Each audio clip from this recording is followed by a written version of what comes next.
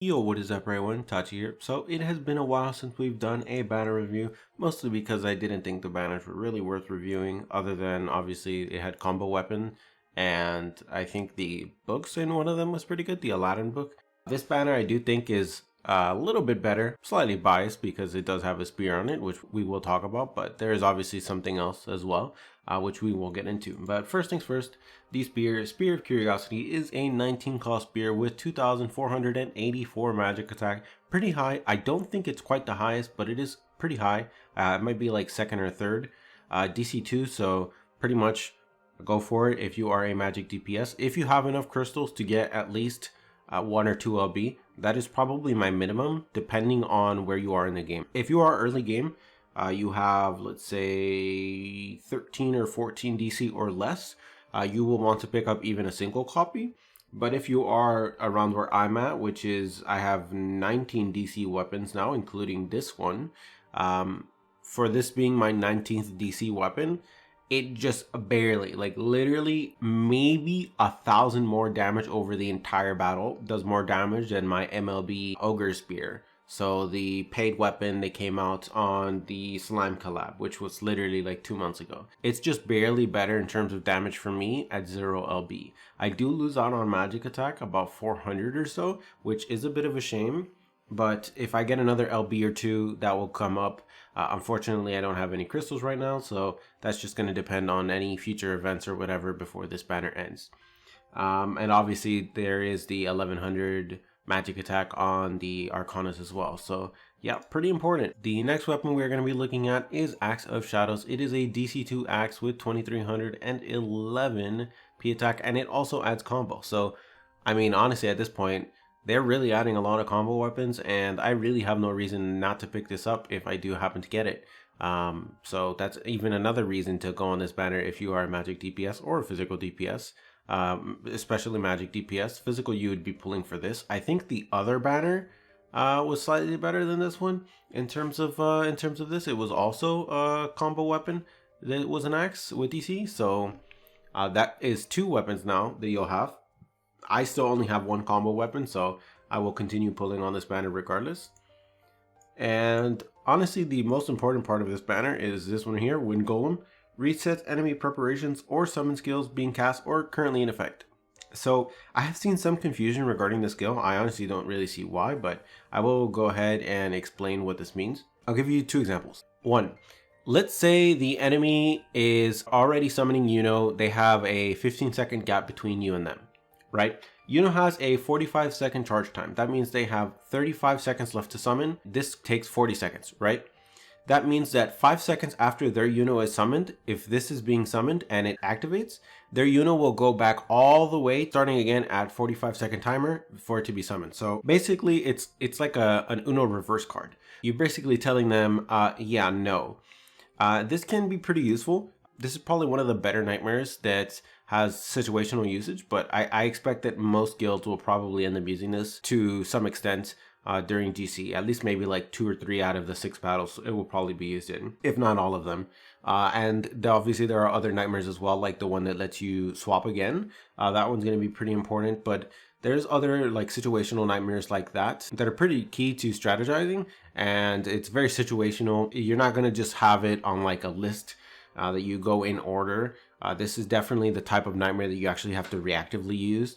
But I do find that this would probably be pretty useful in prolonging your death in the end game. So, for example, I find that a lot of guilds in TS6 that I have trouble with either have strong sorks or they have a very heavy physical focus in terms of their vanguards. Which means that their end game potential is very scary due to the fact that they all have shovels. Or they have 3 or 4 shovels, which is more than enough to get a kill in the end game so long as they have buffs, which is not that hard nowadays. So something like this would make it so that if they are summoning a Rikune or an Ugalu or an Ogre, I can reactively summon this instead of a Lindworm at say 3 minutes and 50 or so. And when their summon comes out, or halfway through their summon timer, let's say they summoned Ugalu 20 seconds after I use this, or they can just wait, either or. It saves me time, right?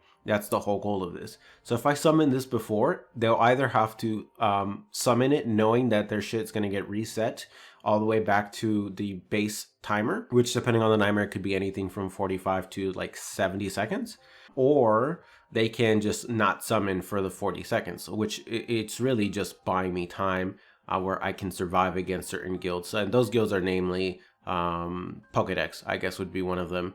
Guilds with 4 or 5 physical half nightmares. Not really something I would be using too much against Loveless, and that just comes down to Loveless is Loveless. So they can kill me whether or not they have a nightmare or not. So something like this is not really that effective against them, in my opinion. I will have to try it out, but I just don't see much of a purpose in using something like this against a guild that's just like that much stronger. But I do think there are certain guilds that this is going to be really useful against. Even guilds, this would be pretty useful against in certain situations. Primarily in the mid to late game. I don't see much of a usage in this in the early game. Even like resetting their fear, that just seems kind of like silly. Like, what would that even do? Or like resetting their Rikone or Ugalu if they use it second. I don't really see much of a purpose in that. But I will have to see how guilds decide to use this in terms of the strategizing. But that's just my take on it. There are also a couple other weapons here. Iceberg Staff. It is a 2-target with Recover P attack. So it buffs P attack and it's a 2-target, but it is a 2-target flat, so it doesn't have any extra bonus as well, which is pretty good. It also has pretty decent defense. It's not that high for an 18 calls, but it's pretty decent, about 2,500. So I think this is a pretty decent banner for clerics, but you're probably going to want to wait for spec or one of the collab banners, which by the way, we do have 2 coming up. Also, we have a new book, Greatly Reduce P Attack and P Defense to 1.5 with RM2. This is also actually a really good book. I do think RM is probably the 2nd or 3rd best support skill. Obviously number 1 being support boon. But P Attack and P Defense to 1.5 is pretty good, especially now that P Attack meta is, you know, still, it's not really P Attack meta, but P Attack is actually really good. And due to the magic meta being around for so long in the meta, pretty much everyone has a very heavy focus on magic down and magic defense down. So we really do need more physical down books. That's going to be pretty useful. And physical defense obviously is always useful just due to the fact that, you know, we do have 2 or 3 or even 1 physical in the guild. Most guilds, there are exceptions, mostly whales. But you do have physical, so you do want to bring at least some physical down. I do think a book like this is pretty versatile and it's definitely worthy of pulling on.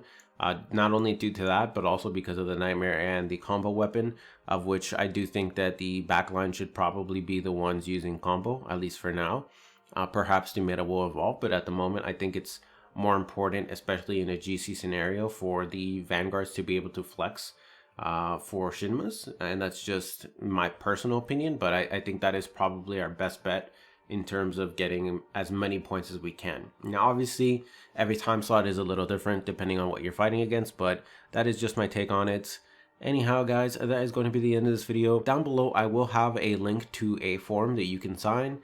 You can feel free to use my name Tachibana if you want as a referrer, and pretty much it's just a giveaway from the developers Pokelabo, so you have a chance of winning some crystals. Unfortunately they don't disclose who the winners are because there are some people that don't want their names released, I guess. Unfortunately, I will never know who the winners are. You guys will know who you are. If you happen to win and I'm the one that gave you the form, you know, hit me up, let me know.